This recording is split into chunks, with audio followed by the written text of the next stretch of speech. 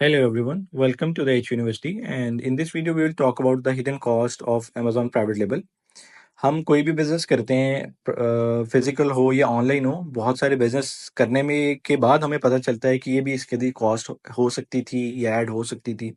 जो लोग तो फिजिबिलिटी प्रोबेबिलिटीज पहले बना लेते हैं उनके सक्सेस के चांसेस भी बढ़ जाते हैं और उनको उसको मैनेज करना अरेंज करना बहुत ही आसान हो जाता है। तो जैसे कि पहले मैंने बताया कि हम अमेजॉन प्राइवेट लेबल के सारे फैक्ट एंड फिगर्स कॉस्ट और सब कुछ जो है पहले ही डिस्कस कर लेंगे, पहले ही उस प्रोडक्ट का सारा डाटा एनालिसिस कर लेंगे, जिसके अंदर ये है कि आने वाली कल के अंदर हमें कम से कम मतलब फेलियर के चांसेस होंगे। और अक्सर हम वीडियोस देखते हैं कि वीडियोस के अंदर दिखाया जा रहा होता है हमें कि हमारी एक दिन की $30,000-40,000 सेल है और एक मंथ की हमारी $1,000,000 सेल है। ठीक है, वो सेल्स कर रहे हैं या वो एडिट कर रहे हैं, जो भी कर रहे हैं, तो उसके अंदर हमें बहुत सारी कॉस्ट जो आने वाली मैं आपको अभी बताऊँगा कि ये सारी हिडन कॉस्ट उसके अंदर शामिल होती है, जो आपको पता लगने के बाद अब आपको आइडिया हो जाएगा कि ये सब कुछ अमेज़न हमसे चार्ज करता है और क्यों करता है। अब सबसे पहली कॉस्ट जो अमेज़न पर मंथ हमसे चार्ज करता है वो है मंथली चार्जेस ऑफ उसकी वेबसाइट यूज़ करने का या अकाउंट बना के हमें वो प्रिविलेज देता है कि आप अनलिमिटेड लिस्टिंग कर लें, कस्टमर अप्रोच कर लें, जो कि हमने प्रीवियस वीडियो में सुना।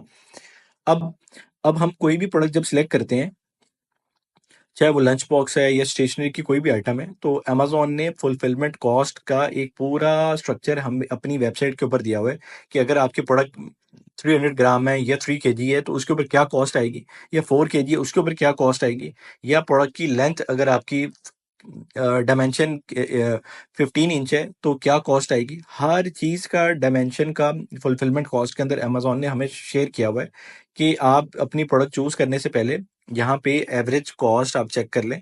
और भी बहुत सारे टूल्स हैं जिससे हम चेक कर लेते हैं कि पर यूनिट के ऊपर हमें फुलफिलमेंट बाय अमेज़न की कॉस्ट क्या आती है।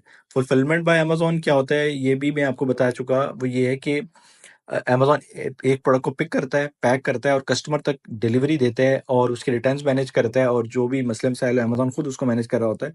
उसके बदले में एफबीए कॉस्ट लेता है, हमसे चार्ज करता है। अब सेकंड फीस जो हमसे अमेज़न चार्ज करता है वो है रेफरल। ठीक है, एफपीए फीस सपोज हमें $4 पड़ी एक प्रोडक्ट के ऊपर या $10 पड़ी। अब रेफरल फीस, अब हमारी कोई भी प्राइस है, सपोज हमारी $100 प्राइस है, तो 15% अमेजोन हमसे चार्ज करेगा, उसका $15 हमसे चार्ज करेगा। अगर $10 है तो $1.5 चार्ज करेगा।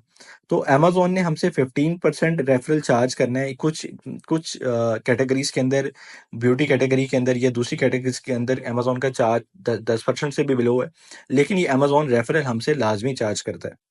अब ये 2 चार्जेज़ हो गए जो एक प्रोडक्ट के ऊपर पड़ते हैं।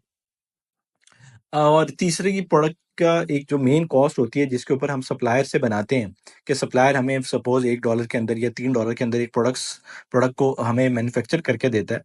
तो एक वो कॉस्ट पड़ती है, ठीक है? अब उस प्रोडक्ट को हमें बेहतर बनाने के लिए, सपोज़ एक स्टेशनरी की आइटम है, हम उसको एक प्लास्टिक के बैग के अंदर दे रहे हैं। दूसरी चीज़ ये है कि हम उसको एक एक अच्छे बैग के अंदर हम दे रहे हैं, जो कि खूबसूरत है, प्रिंटिंग हुई हुई है और सब कुछ हुआ हुआ है, उसकी अच्छी ब्रांडिंग हमने की हुई है, पैकेजिंग की हुई है, तो उसके अंदर दे रहे हैं।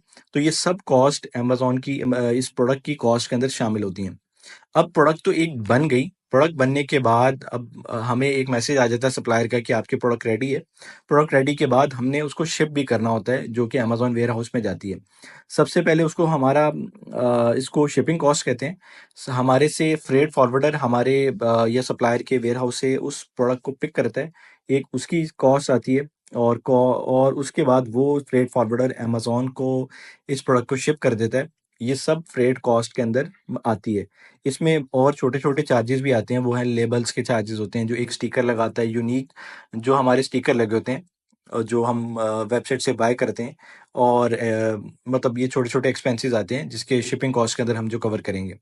फिर इस प्रोडक्ट को रिसीव करने से पहले जो हम प्रोडक्ट को ये चेक करते हैं कि हमने जो ऑर्डर दिया, सपोज़ हमने जो स्टेशनरी ऑर्डर दी या कोई भी प्रोडक्ट हमने लंच बॉक्स हमने ऑर्डर दिया, तो आया कि जो हमने उसको ऑर्डर दिया था या जो हमने उसको एग्रीमेंट में कहा था, वो उसके मुताबिक भी बना हुआ है कि नहीं बना हुआ। उसके थ्रू हम एक इंस्पेक्शन करवाते हैं, जो कि वो हमें इंस्पेक्टर जो है हमारे मुताबिक उसको कन्फर्म करता है।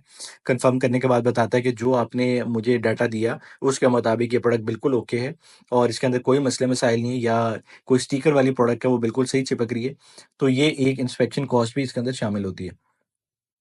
अब हमारी प्रोडक्ट शिप करने के बाद अमेज़न वेयरहाउस के अंदर, अब यूरोपियन में तो ये तो मिसाल के तौर के ऊपर, या फ्रांस की मार्केट में, जर्मन मार्केट के अंदर फ्रेट फॉरवर्डर हमसे हमारी इन्वेंट्री को भेज देता है।